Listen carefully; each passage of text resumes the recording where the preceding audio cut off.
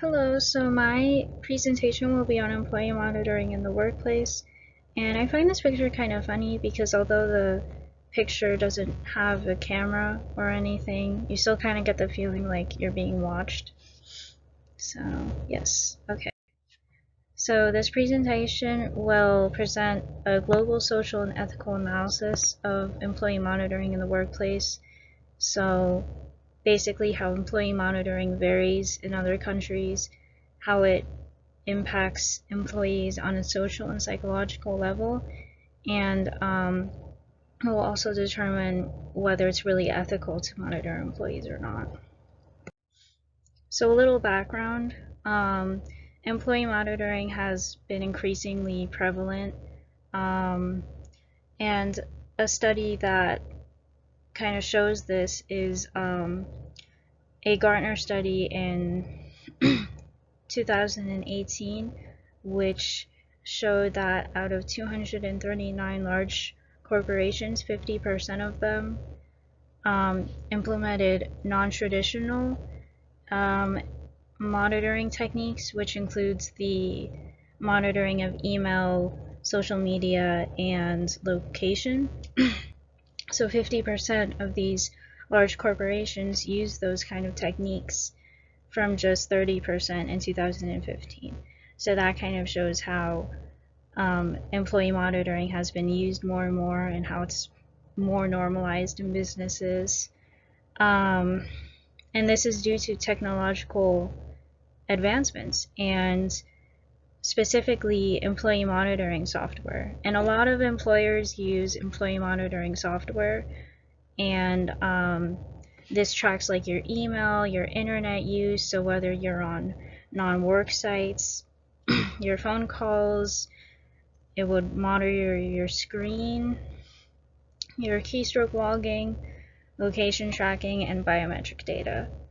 And the impact of COVID-19, so with the arrival of COVID-19, the demand for employee monitoring software increased by 87% in April 2020. And then in the months July through September, the demand kind of decreased to 50%, but it was still 50% more than before COVID. So that kind of shows how increasingly prevalent employee monitoring is today. And this is a picture that kind of shows how the employee monitoring software looks. So you have, this is an employee, you have like your top programs, so like Notepad, Microsoft Edge, Candy Crush, the game. So this is just how much they use like apps and their top websites, so like Facebook and eBay. So employers can view all of this information. And it kind of shows how employers basically can monitor virtually every aspect of what employees do on the job. So now this presentation will be giving a global analysis of employee monitoring by differentiating it in China and Finland.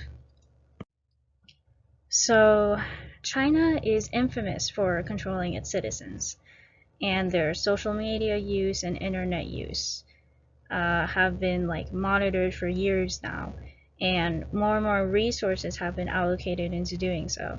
So it's not surprising to hear how they monitor their employees. This one company in China implements brain scanning technology in order to monitor the moods of its employees. So this headset supposedly monitors the brain waves of its workers through electroencephalogram technology, or EEG for short, and then streams the data through centralized computers to detect spikes in depression, anxiety, and rage. But experts in EEG are kind of skeptical about these results because they know that EEG is kind of limited in the things that it can detect, and that it can't really detect human emotion like that. Concerning the legality, there are no laws that actually prohibit employee monitoring. However, employers are required to give notice of monitoring. And so many employers monitor email use, internet use, and phone calls because of this. And from this information, it's clear that China doesn't really care for the well-being of its citizens and is more concerned with economic output and productivity. And this is a picture that more or less shows how the EEG headset looks like. You have your sensors here. Yeah. Okay. So in Finland is very different in comparison. So the Finnish government believes privacy is a fundamental human right, and so because of this has stricter regulations on employee monitoring. According to the Act of on the protection of privacy in working life, employers can only process or monitor information that is directly necessary for the employment relationship. So basically, employees are entitled to a certain degree of privacy in the workplace, such as personal communications that might not pertain to the job. So basically, what this means, for example, an employee could email someone on their company email and title it private, and the employer wouldn't be allowed to view that email, which is pretty good. Also, employers must give notice of any monitoring methods in advance and receive consent for those. And the monitoring methods that employers are allowed to use are also limited. So like with video surveillance, you can only use it for very limited circumstances, and you're not allowed to use video surveillance to monitor particular employees. And also, GPS is limited in that you can only monitor an employee's location while they're on the job. So it is very clear that these countries are very different. China is more, like I said before, concerned with economic output and productivity, while Finland prioritizes its citizens' rights and values their needs.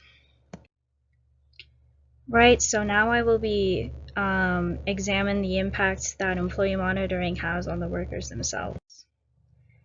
So while monitoring employees might improve productivity and efficiency, it is also important to keep in mind how it affects the employees. For example, employees might worry too much about making a mistake that could get caught on surveillance, which would end up affecting their work performance. A 2016 study showed how the anxiety of being watched makes performance drop. So basically, they had participants exert a certain amount of pressure onto an object, like gripping an object, a certain amount of pressure. And so what the study showed is that the participants who felt like they were being watched exerted more pressure onto the object unintentionally. So this study kind of shows how, while being watched, the anxiety of being watched makes your performance drop, basically. On the other hand, being watched also deters bad behavior. There are many studies that show how being watched encourages an individual to do the right thing. For example, a 2014 study showed how putting up a sign, this sign in particular actually, that had a pair of eyes on it, discouraged theft in that area. Because the eyes kind of mimicked being watched. So basically, these researchers would come to a college campus and put these signs up on the spots that had the highest rates of bike theft. And after putting up the signs, 62% there was a 62% decrease in theft, but there was an equivalent increase in theft in other areas, so it more displaced the theft, but it still shows how the feeling of being watched deters bad behavior, basically. So with this in mind, employers have to determine which is more important in a business, good performance or good behavior.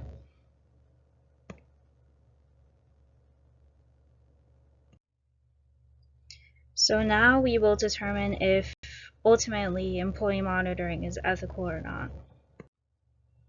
So first, it is important to consider the positives. So employee monitoring ensures the safety and productivity of the workplace.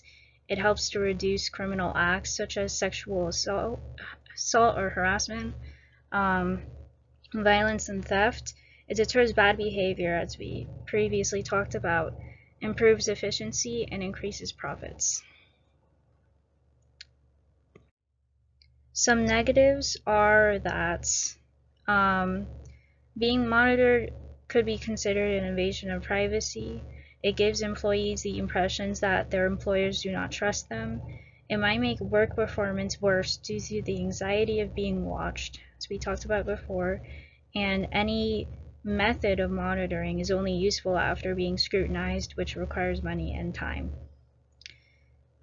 So these things are important to take into consideration when determining whether employee monitoring is ethical or not.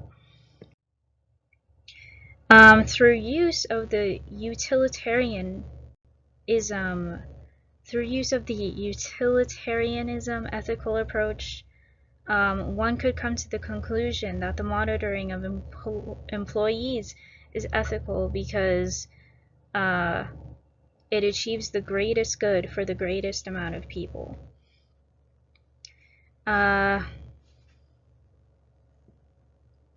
So basically, in a business, there are more employees than there are employers. And so whatever benefits employees the most is the most ethical. Also, the monitoring of employees brings more positive than negatives for the employees. Because being monitored, sure, it could make employees uncomfortable and feel like their privacy is being invaded. But ultimately, monitoring employees gives them more positives than negatives, because monitoring could ensure their safety and prevent criminal acts such as sexual assault or harassment and violence. And it ultimately just deters bad behavior in general. So to conclude, employee monitoring is an increasingly prevalent issue that requires examination on a global, social, and ethical level. It varies greatly among countries. For example, in China has very invasive monitoring, while Finland doesn't and actually takes into consideration the privacy and needs of its people. Employee monitoring can lead to poor performance due to the anxiety of being watched. However, employees are also more likely to exhibit good behavior while being watched. So it is important then for a business to determine which they value more, good performance or good behavior. Using the utilitarianism ethical approach, one can conclude that monitoring employees is ethical because the pros outweigh the cons for the greatest number of people, or the employees. To conclude, The monitoring of employees requires all of this careful examination and analysis in order to determine if ultimately it is the best course of action.